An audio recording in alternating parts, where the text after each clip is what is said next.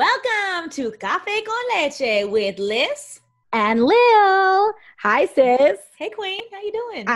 I'm so good. How are you? I'm glorious. I'm wonderful. I'm excited to get started because I feel like we're going to be chatting for a while with these gentlemen. You ready? Ooh, yes, they are some wonderful gentlemen we got on today. We have the so sexy and talented Mr. Perry Young. Yes. And the equally sexy and talented Mr. Andrew Perez. So, ready? Yeah. Let's do it. Woo! Welcome to Café Con Leche, guys. Woo! We're so excited to have you. Welcome. Perry, Andrew, how are you? Thank you. So good. So happy to be here. Yeah, living that quarantine life. Hey. Hell yeah. Yes. We all are. Yes. So, gentlemen, the way that, I don't know if you watched our episodes, but the way that we always start Dabble. Is to ask you, how do you like your café? Do you like it sweet? Do you like it hot? Do you like it with a little kick? How do you like it? I mean, I take mine about 6 hours ago and straight friggin' quad shot espresso down the hatch. Here we go, jet fuel. Yes. Love that. Just get it in the veins, baby. Direct. Just intravenously. Don't even bother with the cup. I just Direct chew the beans shot. most of the time. What about you, Perry? I am pretty boring. I like it strong. I like it very strong. But I like a little bit of cream. Just to cut it, just a little bit. But I do want that like strong coffee flavor.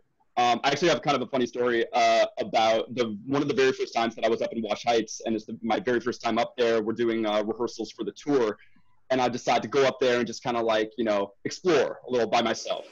Pop off the train, and I'm like, all right, I'm going to get some coffee and just kind of explore the neighborhood. So I pop in the first bodega that I see, and I walk in, and there's this old-ass viejo just like jabbering with the fucking guy behind there, and I'm just watching this interaction. This fool pours him his coffee, and then from another cup of sugar, just proceeds to load it with 8 spoonfuls. 8, no joke. And I'm like losing my mind. Like my teeth are hurting, like watching this, and I'm just like, oh Lord.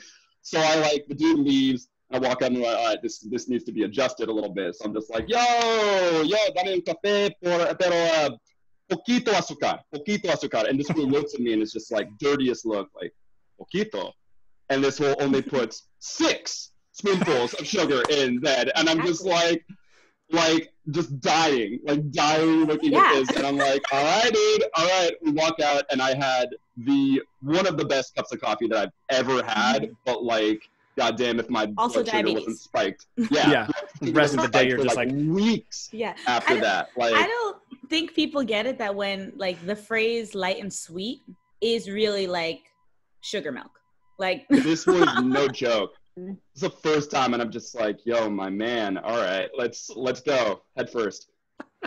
Yeah. I mean, that's how I used to like it. By the way, Alyssa, I tried that thing that I talked about last time. Ooh. It was delicious. Gentlemen, I am on this special diet where I'm not allowed to have sugar and milk. Rude. And I used to have milk and sugar with my coffee. Milk, sugar, coffee. Right. And so that's how I did it. And so now I have to drink it black, or with I put a little bit of Cool Whip in it, like 2 tablespoons of Cool Whip. Ooh, that's fun, yeah. It's all right. It cuts it a little bit. It's still a little too strong for me. And so I tried, there's these shake packets that come with my diet stuff. And you're supposed to use a cup of water. And I used a cup of coffee instead, just black. With this, and basically I had a coffee chocolate cherry shake for breakfast. Yep. It was so good. Like a kind of weird, like Neapolitan coffee sort of just extravaganza. Absolutely. And it was a game changer. I am thrilled. Yo, I fully support that. Fully support. I feel like there was a time in my life where I was having these like pre-workout protein shakes that were chocolate flavored, and I did the same thing. Instead of water or milk, I just did them with coffee, and I was like, let's work out! There's like so much caffeine, but they were delicious. Yes. Already the amount of caffeine in those. Like, God damn, dude, your heart. Yeah, it was probably not a healthy choice. But clearly he needs it. For those of you who are watching, please go and we'll have links to Andrew's like Instagram, all that information.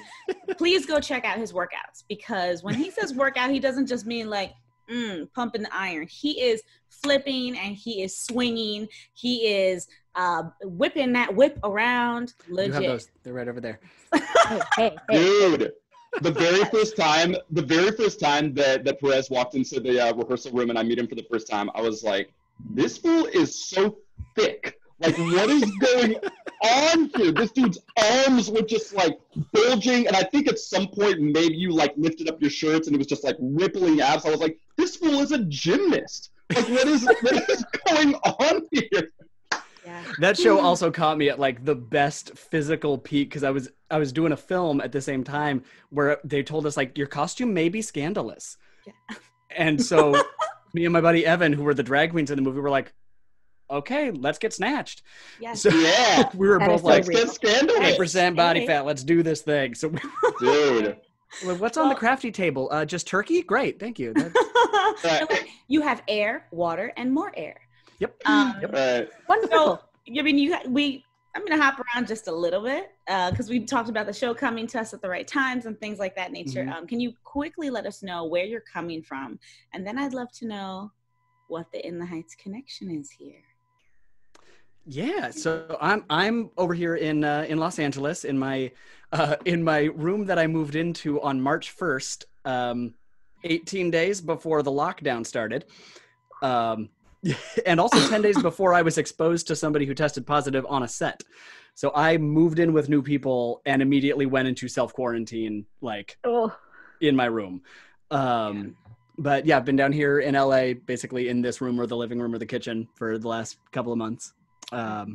Yeah, so that's where I'm physically at now. Los Angeles. Yep. Perry. So I'm at my parents' house in Berkeley, California. Kid also. Berkeley, baby.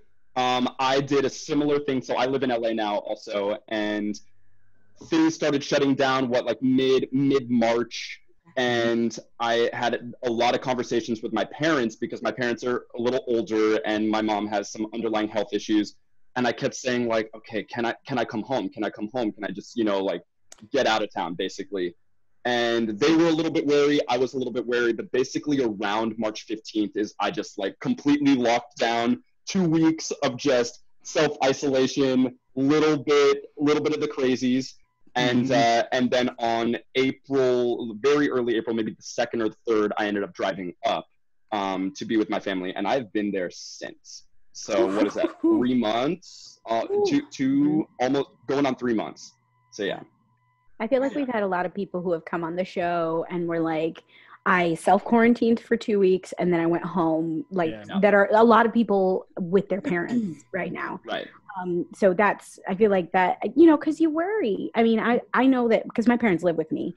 So I know that I would have been just like worrying all the time about them. And we worry all the time about my grandparents. They live in Puerto Rico, and like my mom keeps telling my grandpa has so many things wrong with him, and so if he caught COVID, that would be it. That would be the end.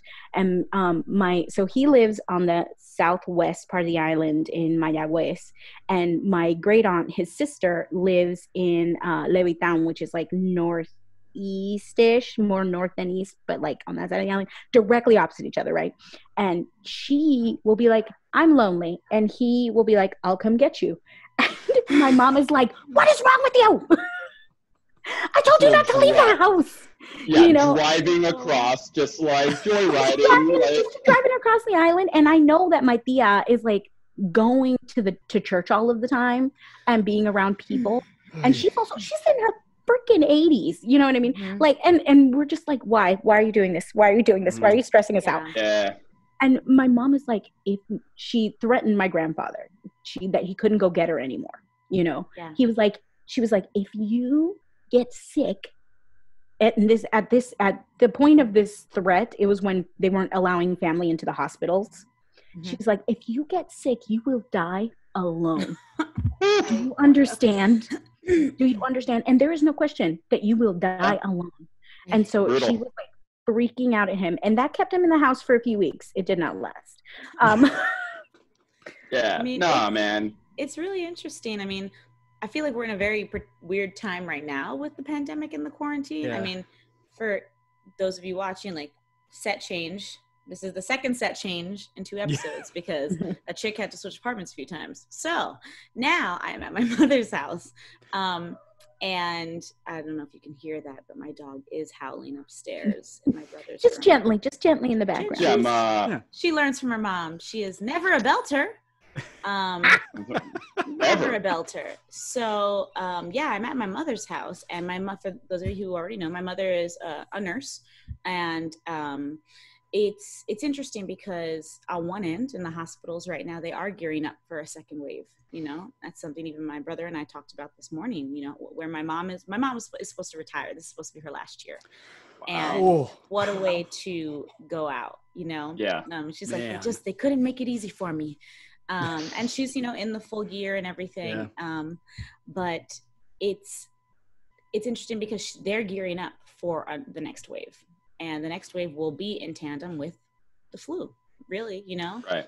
And I was walking the dog out this morning. She lives in like a condominium complex, so there's a decent amount of space. I'm walking the dogs. I still have my mask on because I just came from the city. Before I even came up, she asked me about, is there any chance that you've been exposed to somebody? I just need to ask. She's also, you know, she's older as well, and she's taking care of people, and she's watching her coworkers die. So I'm walking and I run into somebody who I know who's not wearing a mask. And at first I didn't recognize her and she didn't recognize me. And we take down the mask and we wound up proceeding to have a full conversation around the development, a full walk and a conversation around the development. But depending on where you are, it's interesting, the threat level, who feels it, who doesn't feel like it's, if it's real, you know? And it's, I don't know how this is going to be controlled, you know? And all of our experiences. I mean, I'd love to hear a little bit more about, we know where you are, how you came to be. Is there anything that you've discovered about yourself, or is there a way that the arts have saved you during this time, or have you had to pull away from the arts? Because of course, all of our experiences are very different, but the same. And it's interesting to think about what we've already gone through and what we might be going back into if another quarantine happens. Mm-hmm. Yeah. Mm-hmm. It's been super weird. Like early on in the first couple of weeks of this, like, especially when I got that I get that phone call from casting going, hey, you were exposed on set last week. You need to lock yourself down. And it was, I mean, of course, me being me and my roommates being who they are. I was in the backyard at the time playing broadswords with my other fight choreographer roommate. Yes. I'm like mid broadsword. Hi, casting. Let's go. Oh, I got to go in my room for 2 weeks now. We'll finish this fight later. Lillian's in love. Lillian loves it. I was like, you know what? If I was not a married lady. Let me get in the Renaissance fair. I'm so sorry. You have a broadsword? Of course you do. You have over whips. There with the those are over there. Yeah. I'm in my dream. I'm a very regular person. I'm like, let me go get my gown and my gown and my corset. We'll do this. Shut off my video real quick, and I'll come back just like red faced and flustered. Like everything's fine. Right. Everything's cool. Oh my god, no, that's amazing. Sorry, I didn't mean to cut you off. But you know, I mean, those first couple of weeks, and then the weeks that ensued from there, and like being in this new environment and kind of just figuring out what is this quarantine lockdown situation going to be, and like trying as best as I could to ignore the news and the media, and certainly ignore the White House. But like just completely and exclusively relying on the CDC website, the WHO website, and like, just give me hard numbers. I don't want opinions. I don't want interpretations. I just want rates. I want hospitalization rates. I want case rates. I want death rates. Like, I want the darkest and most clear-cut information you can give me. Yeah. And I was looking at that going, oh, homies, we ain't going to open up by April 19th. That's just not going to happen. No. So I kind of settled in and went, all right, well, what are all of those projects that I've always said, if only I had like a month where nothing else could happen, I would do this. Yeah. And then I did all those. And then since then, ran out of shit to do. So now I've started designing adult coloring book pages. I'm going to maybe make an Etsy shop. I don't know. So, but I mean, my girlfriend and I made a whole bunch of videos early on. We started covering songs. A couple buddies and I did like social distance video shoots where it was like a sketch over Zoom or stuff like that. Yeah. So and meanwhile, I take, I'm a commissioned ghostwriter. So this client of mine will send me outlines and I'll turn them into science fiction erotica. Yeah. And so I'm now on book 3. I love those. Like I said, very normal person, very regular life. You are diverse, okay? You have got to stop talking to me. My husband, where is he? Again, I'm going to need to shut my video off. And I just need a moment to myself. And yeah, exactly. I'll be back. Sci-fi erotica. Interpress.com. That is amazing. I was actually in the middle of you saying all that. I was like, Jesus and Lillian are so similar. Like, yes. And I feel like we sensed that too. Like that first night that I showed up at the, we were painting something. What were we painting? Like mugs or something? Oh yeah, it's when I had that flu. I had that horrible sinus infection. That's right. Yeah, and we were painting those glasses. We had like a painting night, like a familia painting night for the cast, and you were there. Yeah. And and I was just like, I'm dying, but I'm doing this, and I'm spending time with my familia. You know, oh my God. And I was next to like drinking wine, like, you got this, girl. Mm-hmm. Like even like in that moment, I was like, we're gonna be friends. I can tell you can't talk right now, but I can tell that when you can talk, I'm gonna like the words you say. Oh, I love that. Yes. I love that. So yes, Andrew creating everything. Yeah. Beautiful. Yes. That cracks me up. This is just a sidebar, and then we'll ask Harry. Harry, I swear. It's funny because during our last run of In the Heights in Portland, I was reading this erotica, and because sometimes I have time backstage, and so I'm just reading, and there's this really good set that I really like. And one of the guys was like, "What are you reading?" I'm like, "I'm reading erotica," and he didn't expect me to be so honest about it. And he's like, "What does it say?" And I read him the page I was on, and he was like, oh my God. I'm like, I've read this before. You want me to read you another page? Let me borrow that book when you're done, dude. I feel like there was definitely one moment too that you came like scurrying, like right before our entrance. You were like, sorry, I was on a really good page. I was like, what are you reading? You have to finish. Yeah, I would have finished that too. Yeah. Yeah. What about you, Perry? What have you been doing? Oh my God, man! I mean, Perez just put me a little bit to shame, but you know, we're all doing this how we do it. You know, this is not. I would like to say that this is not necessarily reflective of who we all are all the time. I mean, we all handle this in our different ways and everything. So that's my own little self-preservation. Like, it's okay that I'm not doing anything, but no, I am very, very lucky because.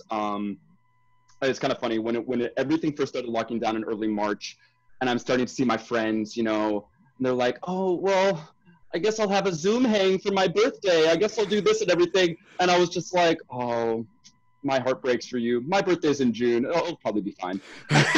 Such an asshole. Like, and it's actually your fault. It's my fault. Yeah, exactly. I know. I put it out there. I was the jinx. For those of you watching, today is Perry's birthday. So you guys this episode actually comes out a few weeks from now, but in this moment right now, it is Perry's birthday. So you can still send me messages 2 weeks later for my birthday. Thank you. No, so pretty early on, obviously, I came back home, and there are small creative projects that I've wanted to work on a lot. I'm very lucky, you know, they haven't been coming in like crazy, but I've still had some auditions and everything that I've wanted to work on.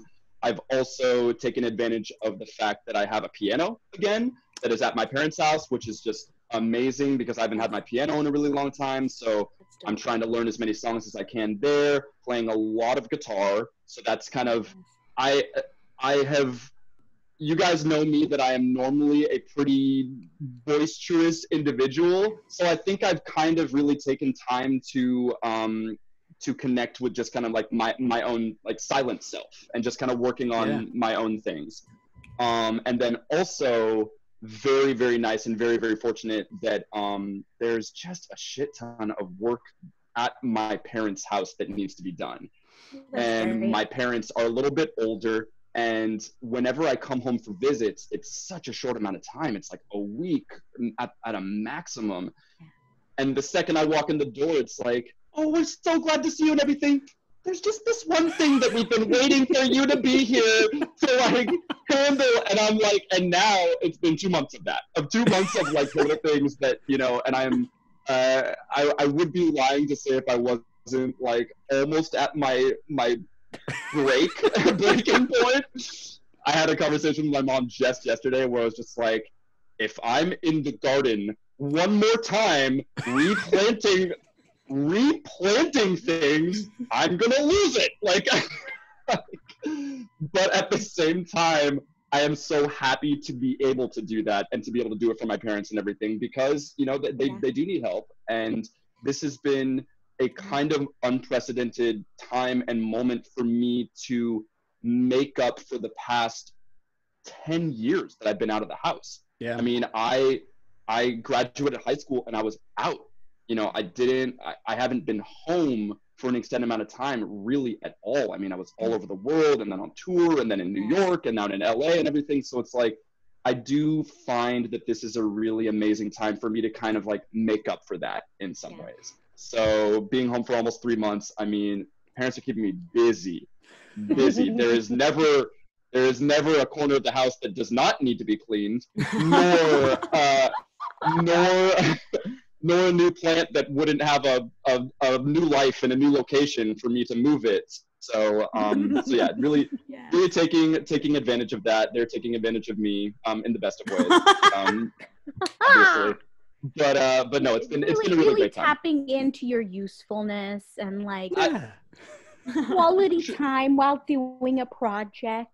Thank you. Know? Thank you for succinctly saying what I just said for the past 10 minutes. But yeah, that's kind of been it. It has been fantastic. I do have a couple projects that got put on hold that are, you know, fingers crossed. Obviously, I was supposed to be in New York in April working on 2 separate projects, so that would have been great. But February 2021, baby, we're doing this. Bring it back, baby. Come on. I completely feel you. Yeah, all of my stuff. Well, I had a job that was supposed to happen this summer that has been altogether canceled for now, and 2 jobs that have been shifted, and one of them I think has shifted far enough ahead that it might actually happen. I'm like, woohoo, March 2021, and the other one's like October, and I was like, I don't think that's true. And then the rest of them are like, TBD, like don't call us, we'll call you, sort of thing. There was I keep running into all of the, like, from those first couple of weeks where everybody said, okay, we're gonna postpone until this date, and as we get closer we'll see. And every now and then I look at my calendar for God knows what reason, there's nothing on it, but I'm curious, what nothing is there this week? And I look and I'll see one of those little things that got moved from March or April that are here in late June, and I go right, oh, we were so cute and naive. Oh yeah. Oh, look at how optimistic we were. Oh. right. I like that. That's we cute. were so young then. It feels that way, right? Right? Yeah, that is so real. I love the thought of like time. Both of you have kind of talked about time, which is like, what are the things that I would do if I had time? Boom. Yeah. I haven't spent that much time with my parents. Boom. Like that is what this has afforded us, right? Time to either pursue the things we need to pursue, time to reset our bodies. That's what I've been trying to do mostly, is like, okay, I've been ignoring XYZ things with myself. So let me take that time for myself. time to, you know, like reach back to your family. Like I've talked to my brothers more in this time than I've talked to them, you know, I mean, I'm not proud of this, than I talked to them in the 6 months to a year before that, you know, because we just are so busy and everybody's running around and doing something. So it's been lovely to get that kind of time. So, and that is, I'm always trying to find silver linings, and this is and continues to be horrible. I don't want to downplay it like it's not a horrible thing, because it is. And lots of lives have been lost, and more will come due to ignorance and stupidity. But if I can take anything away, it's that, okay, I got time to do this, and I got time to do that. I got time to slow down. We all did. We were forced to slow down and listen, which is why so much is getting done and so much is being supported, because people are having to choose to not listen, because, you know what I mean? Before they're like, I'm busy. You're not busy now, are you? You gotta pay attention. Sorry. It's been great. I mean, that has, like you said, it's been one of the weird silver linings that, like, you know, in past years, all these protests would be happening, like the Women's March back in 2016, all that kind of stuff. And, you know, it was constant hashtag I have rehearsal. I always had a rehearsal or a tech or a performance, and I couldn't go to these things, and it was killing me.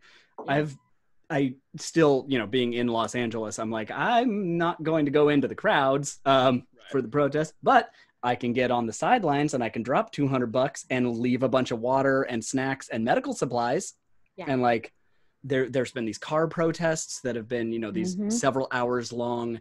There was one of them that we did that was like, it ended up being like a 10-mile stretch of cars just sitting on their horns with signs out the sunroofs. It was amazing. And that, you know, never would have had time. I think that's the conversation. Oh, sorry, go. No, you go. You're the guest. Oh, yeah. All right. Take my time. No, the conversation is unavoidable now. And that's the thing. And the floodgates, I hope, have been opened and are not going to be closed ever again. You know, it can't be ignored. And I'm in the same situation with Andrew, where, you know, I'm with my parents, so obviously I can't be going outside, but I have found really, really creative ways to donate money. And also I can't talk too much about this because I might incriminate myself, but I found my own version of Robin Hooding in some ways, and just siphoning money away from the large conglomerates, and then diverting them to the organizations that I believe in. So we are not powerless. You know, there's this idea that the fight is too big for an individual. It's not. It is really, really not. It is so helpful when there is so many people together, but even as an individual person, I'm like kind of like getting high off of this, being like, oh shit, okay, and I can do this, and I can do this, and I'm like, and just like really have like a one person army. So discovering the power that we have. Right? Exactly. Like that is huge. That's been a huge thing. I think that we're discovering at this time our own voice, right? That our voice has strength. We thought, oh, I'm just one person, I don't have power. And that is just not true. I thought it was true. I was convinced it was true. And it is, I have discovered over and over again, not only through my own actions, but through other people's actions. I'm like, I have power, and I have to use that power. And not to get too, I'm very woo-woo. I believe in crystals and tarot and la la la la la. This year is what they call an emperor year. So each year has a tarot card assigned to it. Okay. And it's an emperor year. And a lot of people feel like an emperor year, if it leans, an emperor card can lean in the direction of like negative toxicity, specifically male toxicity, la la la. But what an emperor card is really about is power. And it's about using that power in a benevolent way. So when I first found out this year that it was a emperor year, I was really worried because of the man in power that we have right now in the White House. I was worried about what he was about to do to us.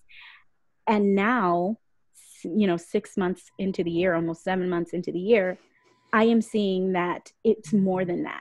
It's not just his power, it's us claiming our power to exact the kind of change we want to see in this country and in this world, you know, and that is amazing. Wow. It's beautiful. Absolutely. I know we've kind of transitioned from talking about the pandemic and the quarantine and how we are fighting back. I wonder if you guys have any opinions about, you know, in this time, the veil is being lifted from all of the issues because we have the time to focus.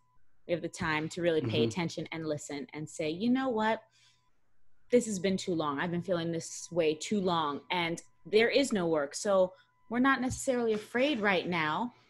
I mean, you made a comment earlier about like hashtag I can't, I have rehearsal. And I think that there are too many people who don't realize and accept that working in the arts is a career. It is a job. It is not just a pastime, you know? Yep. And the sacrifices that we have to make to others may seem selfish, but work, I mean, our numbers, the percentage of people employed at any time are so low. Right. Even within unions, you know, because of the nature of the work. And hey, I'm watching Hollywood right now on Netflix, and it's like everyone wants to be a star, right? But there's even differences in that when you really love your craft and you want to delve in. And it can become hard at times to speak up it has been hard in the past to speak up in our industry out of fear of maybe I'm the one who's not chosen next time. And what do I do if I start getting on that list of people who are not hired or cast? And unfortunately, I feel like it has, I don't mean to speak for everybody, but I think it makes us think twice about, okay, I may not be able to directly speak up, but what's another way that I can fight this? And now we do have the power and the time. And I love that we are pretty much unified in that. Let's all speak up. Are there things that you are changes that you are looking forward to coming to fruition in our industry? And have you found that there are certain tasks or responsibilities that you feel are on you and you want to move forward with helping to contribute a change? It's also okay if you're like, I'm stepping back to really take this all in before I make a move because you want to educate yourself. That's also a totally acceptable answer because our collective power is one thing, but our personal powers are all different that contribute to that collective power, you know? Yeah. Any thoughts? I've one of the things that's been interesting to me and, you know, blessed therapy for the last several years as well. But, you know, one of the things that all of this current zeitgeist has kind of revealed to me about myself is that a lot of my energy, I think exactly what you were saying, Alyssa, that like a lot of my energy went to holding back because if I don't, I'm going to be that guy in every room every day because someone's going to say something dumb and ignorant and I'm going to be the one to go, dude, don't. And then it turns into, oh, you're being too sensitive and and it's like, man, so it's, you know, with the way that things have been recently, I've run out of energy, which has meant not that there have been days and weeks in their entirety where it's just been, I'm going to sit on the couch and read a children's book for the next 3 days. Yeah. But then, you know, I swing back from it and get online for the first time in a couple of days. And there's a whole bunch of ignorant shit. And I'm like, I don't have the energy to hold back on y'all anymore. Right. It's just both barrels right in your face from go. And it's been really interesting seeing the different responses to that. The three that I was particularly scared about engaging with were 3 artistic directors at 3 very different companies. In 2 in California, 1 in Southern California, 1 in Northern California, and 1 in Milwaukee. And all 3 of them had put out some kind of advertisement or some kind of generic e-blast that were just not helpful, that were just ill-timed, ignorantly composed, and just frankly real white. And in a way that was like, are you not aware of anything that's happening right now? Yeah. And each one of them, I composed a message very carefully. I, you know, didn't yell at them at all, but, you know, was like, this is how I'm seeing this. And I would urge you to reevaluate how you're handling this. Yeah. And in one of the cases, I got no response whatsoever, which is really disappointing. But in both of the other cases, it was like within an hour, I got a response saying, oh my God, you are right. I am on it. I am fixing this right now. This has gone awry. Here we go. Yes. And like instantly, very cool. Instantly went and made a change. And one of them even offered me Zoom play reading work for later in the summer. Yes. Like it was just like this. Oh shit. I was so scared about bringing this up. Yeah. And not only did it turn out to be a positive response from the company and cause them to engage with this movement more actively and more consciously, but it actually benefited my standing with the company personally and professionally. So it's been this kind of weird balance of, when I don't censor myself, still in a respectful way, you know, still not being belligerent, but you know, there are benefits to doing that when that impulse comes for me. And again, like you said, Alyssa, for me personally, that's, you know, everybody's got how they want to and can and spiritually, mentally, psychologically engage in all of this. But absolutely. That's amazing. Yeah. No, I mean, I guess for me, I consider myself very fortunate because there are a few companies that I am actively working with in New York that are staging shows that are kind of in various states of development. One of them was trying to make a Broadway push next year, and we're gonna see, baby, we're gonna see. But like, it's one of those things where before all of this happened, before kind of like the mirror got turned on a lot of these creatives, I had a discussion, and this was like probably 2 years ago, and I loved the fact that our cast that they had assembled was incredibly diverse. I loved that.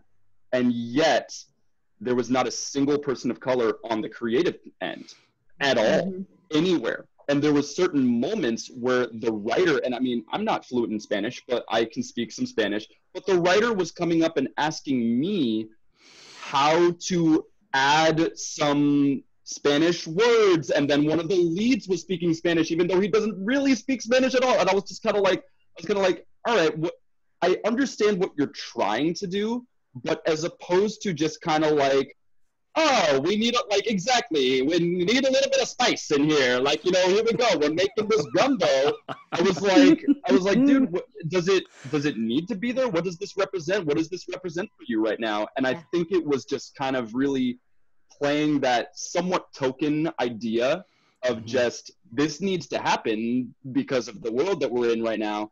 And now, I mean, that was 2 years ago. And now with the conversations moving forward, I've been actually really, really impressed with their response via Instagram and via, you know, blasts and everything of just the company, and hopefully making the conversation more inclusive by also bringing different perspectives, different backgrounds, people of color onto the creative end, so that it doesn't feel like this kind of marionette type of thing where it's just this like unnamed white producer that's just kind of like trickled down into like the cast that is very diverse and very representative, but it actually is not any change in the structure. Yeah, because it's like, where is the money still going?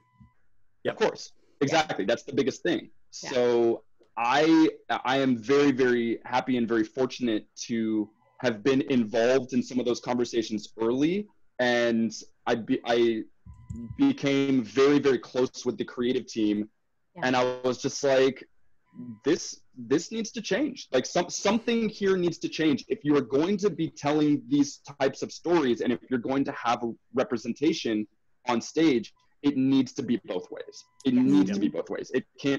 We can't go in reverse any longer. So I have been happy to be a part of that in my own way, and hoping that it continues that way. You know. Yes.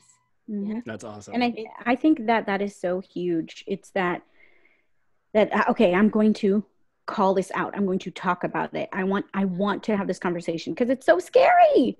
It's so scary because there's so many of us, and we feel like they can replace us like that, or they can not choose us like that. And like, it's like a whole thing. And it's wonderful that you were able to have that conversation then, and that has grown in this way. I know of other conversations that have happened that have ended up like deteriorating because, for example, not naming any names, there was a production of Ragtime that was supposed to be happening this year at a theater near here. It was supposed to be directed by the artistic director, who is a white male. And it's like this, he really wanted to do it, but like, we were like, okay, there is some trauma in this show that you know nothing about. That you don't have any experience with. Why don't you let this go and hire a Black director who can guide these actors through the trauma of this show? Because this trauma is real and palpable and super tangible in a way that you don't understand. Right. So, and I don't think that that's going to happen because he's like, well, I know what it's about because I was on Broadway when it happened. And like, but you wait. Tight, dude. And also, so tight. Being with a show, no offense, I had this conversation about another issue that's very similar to what you're talking about. And somebody was attached to the show through Broadway tour X, Y, and Z. But I'm like, but they've proven that they actually don't know what the show is at its core about. It's like, so what do we do then when our resumes speak louder than the truth? Yeah. You know, or our names, what the name that we choose to put on our resume speaks louder than the truth in both ways, whether it's your name doesn't represent your actual heritage. And that I totally get so frustrating for people, or people are changing their names to take on other cultures and heritages, specifically in the Latinx cultures. So it's interesting, you know. I'm about halfway through the book White Fragility right now, which is highly recommend. Super interesting read, especially as a person of mixed race origin. Yeah. Like she puts this disclaimer early on, like, this book is by a white heterosexual woman for white people to understand why they are responding in the way that they are. I cannot speak to the Black experience, and I realize up front that for mixed race people, this book is going to miss a lot. Yeah. However, it's great that you acknowledge, yes. This is what these white folk need to hear and need to understand. And it's been like both very interesting to see the thought process that she breaks down in this book, that Lillian, like, why that dude's head is reacting in the way that it is, and like these self-defensive walls that pop up so quickly that I mean, good Lord, I'm sure we've all seen it firsthand, that like, I'm not trying to call you a racist, but your behavior in this moment is proving a lot of ignorance, which is okay by itself. But if you continue to defend it, it is now willful, and that is a problem. Right. You haven't reached the destination yet, but you on that road. You are on that road and not willing to take directions to turn. Exactly. There's a fork right here. You better be. When you want to look at a friend, just go, bro, just take the note. Take the note, y'all. Hashtag take the note. Oh my God. That's the new hashtag. Let them know. Say thank you and just quit. Thank you. We gotta get that trending for all theater, like theater organizations that are mostly white. Hashtag take the note. Take the note. Because the next time I hear take the note from somebody who ain't taking the note, it's gonna be a problem. Oh my God, man. Lord knows I'm also that dude in rehearsal being like, yeah, but what I was going for, let me just get you into my head real quick. Just like, shut the fuck up, Harry. Like, oh my gosh. I tangent. There was, so when, you know, when I started out as an actor, I was like, always take the note, you know, like da-da-da. And I still to this day try to take notes, you know, but if I'm still not, like, I try to change it up, or even if I disagree with the note, maybe try to give them something different. Maybe that will make them feel like I'm getting to their, you know, whatever. Yeah. But if that's still not working, I'm be like, can you talk to me about it? Like exactly what it is that you want, what you're thinking, break it down for me, because I'm not giving it to you, right? So I've always been like, yeah, let's take a note, let's talk about it, right? Yeah. I was doing a production of Hairspray, and there's that moment. So I was Tracy. There's that moment where they hit me in the head, and I'm like passed out, and like the guy playing Blink has me in his arms, so I'm just like, you know, like this, and the director was like, and when you hear the ding, I want you to sing the I can hear the bells as you're looking at her. And the guy goes, I'm not going to do that. And I literally went, I literally went like this. Like, from passed out to like, okay. Like, 'cause I was like, and the director's like, why not? He's like, because I'm not doing that. That's stupid. And I was like, Are we allowed to say no like that? Right. He's like, I see your point. You know, it wasn't even about, and what confused me, like, you know, I've learned since that there are certain notes that I'm like, oh, I absolutely will not do that because of like moral reasons or like trauma reasons or, you know, things that, you know, but that one was just, he's like, I think it's stupid that he would sing and look at her. And I was like, that doesn't seem like a good hill to die on, you know? Certainly a really low one. Also, like, welcome to musical theater, dude. Like, come on. Like, what are you talking about? Like, what is your... Well, and I guess he had done the show before, and he had never sang that moment to her. And it's like, okay, again, like Perry said, it's musical theater. You're feeling a heightened emotion as you fall in love with this girl who is unconscious in your arms, and you can't find it in this moment to sing this one line? Like... We all spontaneously start singing and doing the same choreography and accept it as real. Yeah. Well, oh my God, I can't. Speaking of musical theater. Yes, transition. This turns into like a musical theater bashing. It's just like, yeah. So here's what else I hate. This industry. Yeah, exactly. Yeah. Makes no sense at all. Oh my goodness. However, not every musical is like that, right? No, just kidding. So no. There is one. Mira, and the one is. Can you tell us a little bit about when In the Heights came into your life and how it changed your life? Any other anecdotes you have for us in there about this musical that has essentially brought all of us together here right now? Yes. I mean, so I knew of the show when it hit Broadway and like as it was starting to blow up.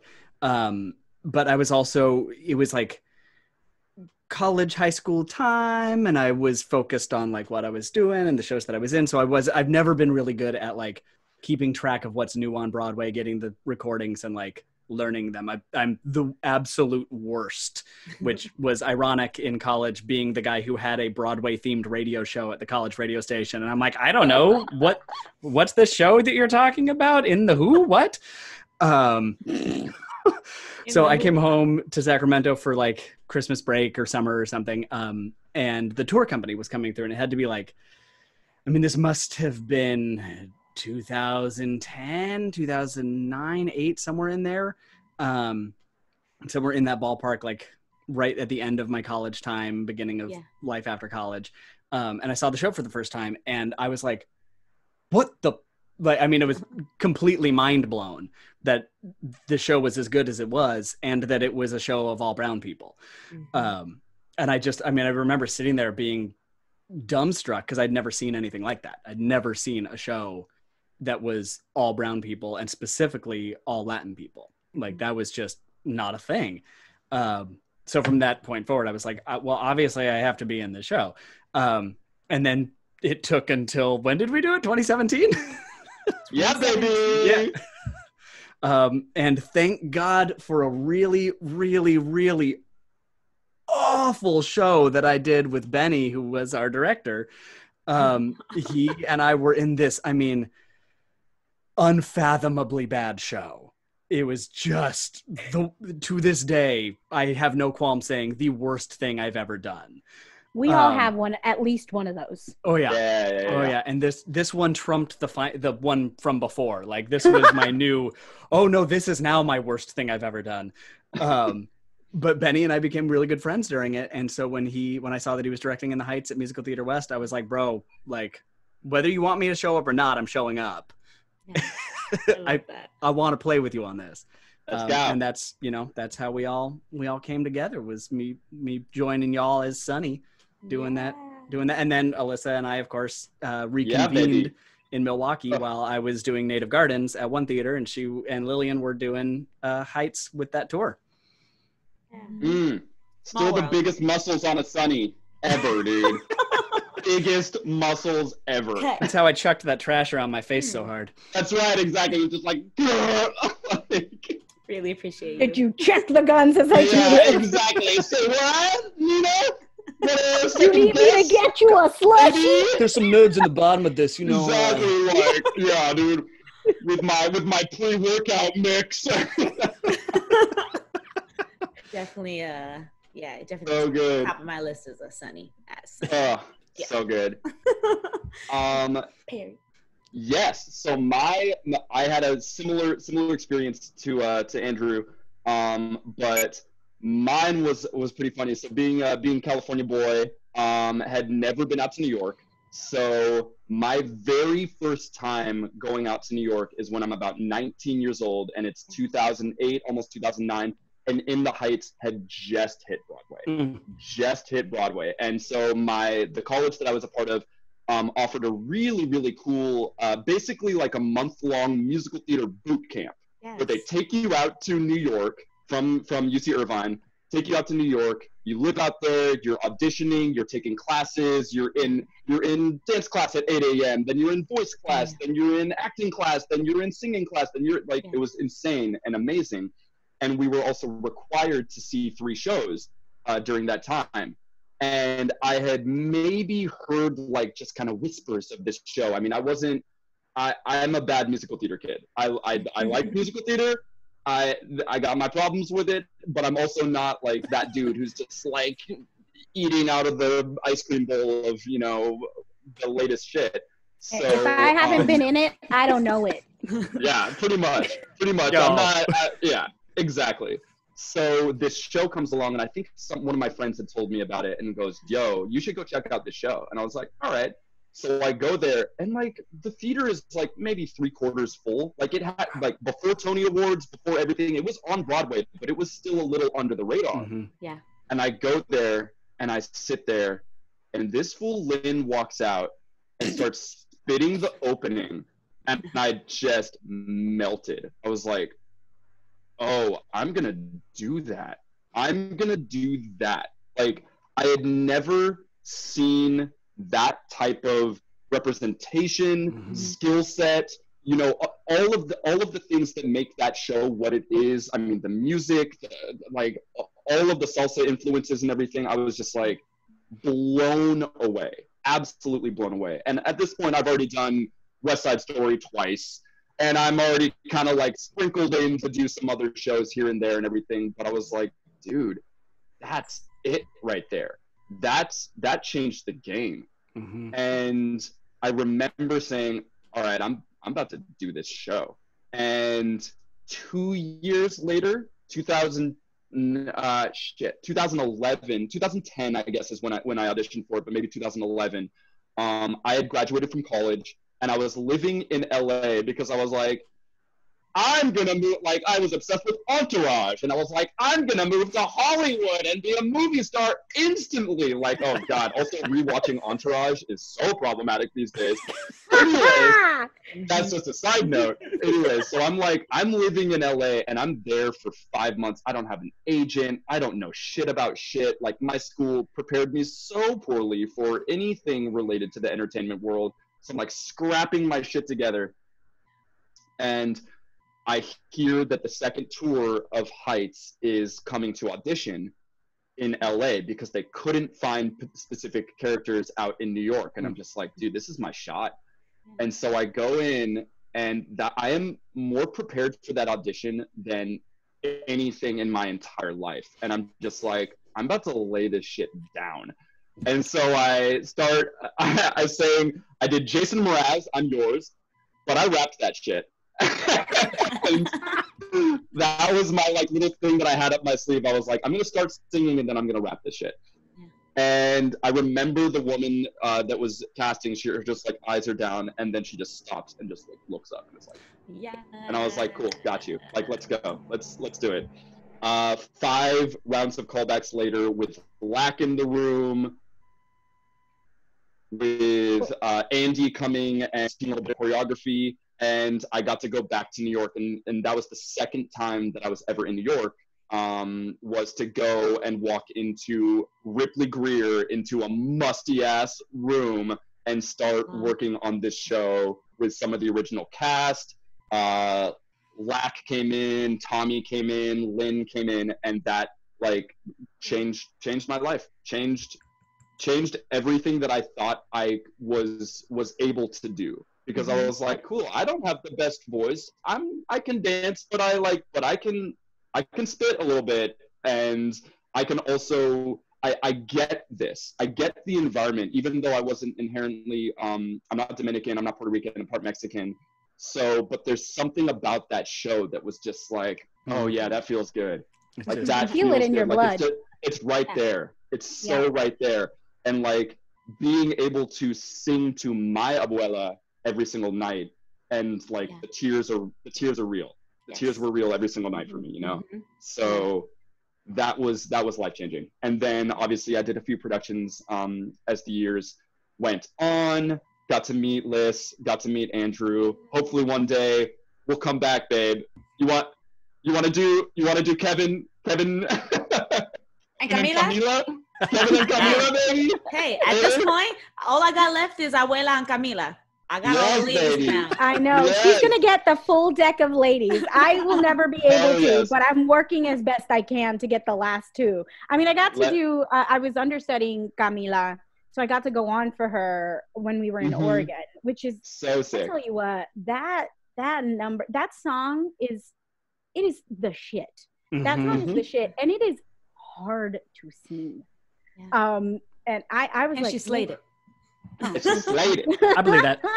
It is hard to sing, and I was like, man, I was not ready emotionally, but you know what, I did it. It's great. So it's just all that. What I love about this show for all of us is it's going to be in our lives for the rest of our lives. We're going to be like going through. Yeah. I'm trying to be Piragua. I'm trying to be Kevin, and then I'm trying to maybe getting Abuela drag. Like one day, like we'll just do it all, baby. Like I'm with it. I have to say, especially the 3 of you, and all, I would say almost all of the familia that have come into my life, and I assume you guys feel the same. But there's also such a beautiful honesty that I think is required of the actors in this musical. And that's not always the case. You don't always get that genuine honesty and love, you know what I mean? And like you said, Perry, the tears are always real, you know? There's not a day that the tears aren't real. And for all 3 of you, it's been such a blessing getting to work with all of you and experience and breathe in and out that honesty, you know, and like snotty cry sometimes. And it's like, damn, well, I'm on this stage and I can't move, but these snots is running. Oh my God.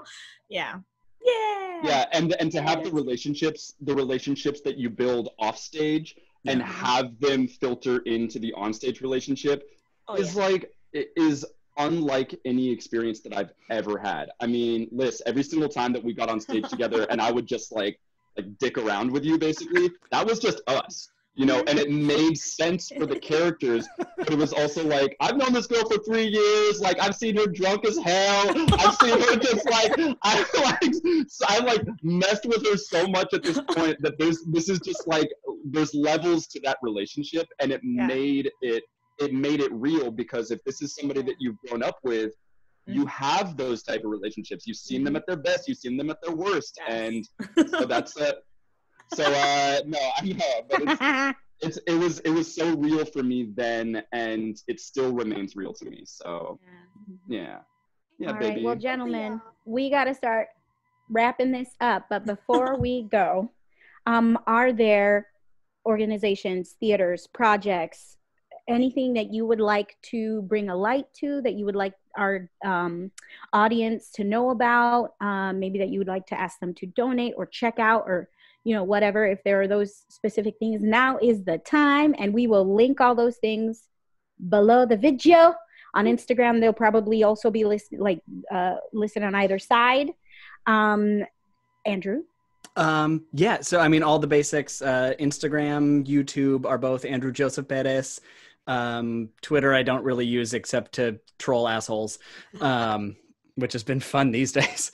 The main thing that I've got going right now is on my personal website, which is like my kind of professional landing page, andrewjperez.com. There's an advocate link there, or an advocate tab on there. That's where I keep all the resources that I have for the Movember Foundation, which is my, as you can tell, I like mustaches. It's my annual mustache grow-a-thon, which this isn't even for. This is just because quarantine. But I do this to raise money for the Movember Foundation every year, which is a men's health organization fighting prostate and testicular cancer and suicide. So that happens every November. I've got a bunch of info and links on that advocate page for that. And I've also rededicated the entire top half of that advocate page to resources for the Black Lives Matter movement. So there are active petitions. There's historical petitions that have already gotten a checkbox, like Disneyland changing the theme of Splash Motherfucking Mountain. I know it! Yes, baby! When I saw that petition, I immediately signed it. And when I saw that they were doing it, I was like, yes. Like, duh, right? This is justice. You know what I mean? Like, how this didn't happen sooner, I have no idea. Yeah. But yeah, the whole top half of that page on my website is petitions, resources for donations, information about local protests, all that kind of stuff. I'm trying to keep it as updated as possible so that there's kind of a one-stop shop for just here's what is needed right now. Yeah. Amazing. Thank you. Oh. Yeah. Harry. Oh my God. Again, putting me to shame. Just like has it. Boom, boom, boom, boom, boom. Like, this is how you do it. This is how I got my Instagram that is pretty blank at the moment because just taking time. Perry Young Thang, if you wanna check me out. I just encourage everybody to do what they can in their own way, whether it's monetarily or just putting your time in for Black Lives Matter, NAACP, and then also I'm a huge animal rights activist, so ASPCA. Just anything that you can, not to split it too much. I want there to be more singular focus right now. But then also there's a couple shows that I've been a part of for the past couple of years in development. One of them is called Popstar the Musical. That's out in New York, and they're hitting it, man. They're doing some things, especially now during quarantine. We put out a couple of videos of us doing kind of Zoom based songs from the show, and that one is a really cool show. I think it could be really special. And then another show that I'm a part of is called Cubamor, and that is something that's really close to my heart. And I'll send some links for you guys to check that one out as well. Both of those are in New York. Both of those are kind of on their way, rising up and trying to make this happen. I was thinking, like, it's a little bit of a tangent, but I mean, it's so crazy to think about that we're having this conversation now, where it's like literally yesterday. It's like, well, Broadway's going to be closed for the rest of the year. Yeah. And what that means for the rest of these projects, it's going to be very interesting to see the landscape of Broadway at the very end of this, where it's like, are there going to be 15 shows that were kind of in the wings that are now just going to pop up brand new, like in March of 2021? So, I mean, that's a little tangent on the side, but I mean, something I've been thinking about. Amazing. So, donate your time, donate your money if you can. And Yeah, and it's like I always say, and I say it over and over again. Remember, you got $10 and there are 5 organizations that you are like, I wish I could support. Send 2 to each. $2 a person goes, like, right now, each of us sends 2, we have $8. Hey, that is $8 that they did not have yesterday. So if you feel like you have a little extra money, you got an extra $10 in your pocket, feel free to donate. And it doesn't have to be money. It can be time. It can be, look to donate things for protests and for communities that are underserved. There are so many ways that you can contribute to this movement. Don't just think that if you're not out there protesting, that's the only way. There are other ways. Yeah, gentlemen, it's been so lovely having you. It's been so lovely being had. Yes. This is so nice. Why does he keep talking dirty to me? Put that in your erotic fan fiction, baby. So no, hot. it's been such a pleasure. Both of you are so lovely. I know that I've been looking forward to it. We were like, how can we make this happen? Yeah. And Harry, we reached out to you so last minute. So thank you both for your flexibility. Yeah. And thank you for watching Café Con Leche today. And we hope that you always have your café exactly the way you like it. Bye. See you soon.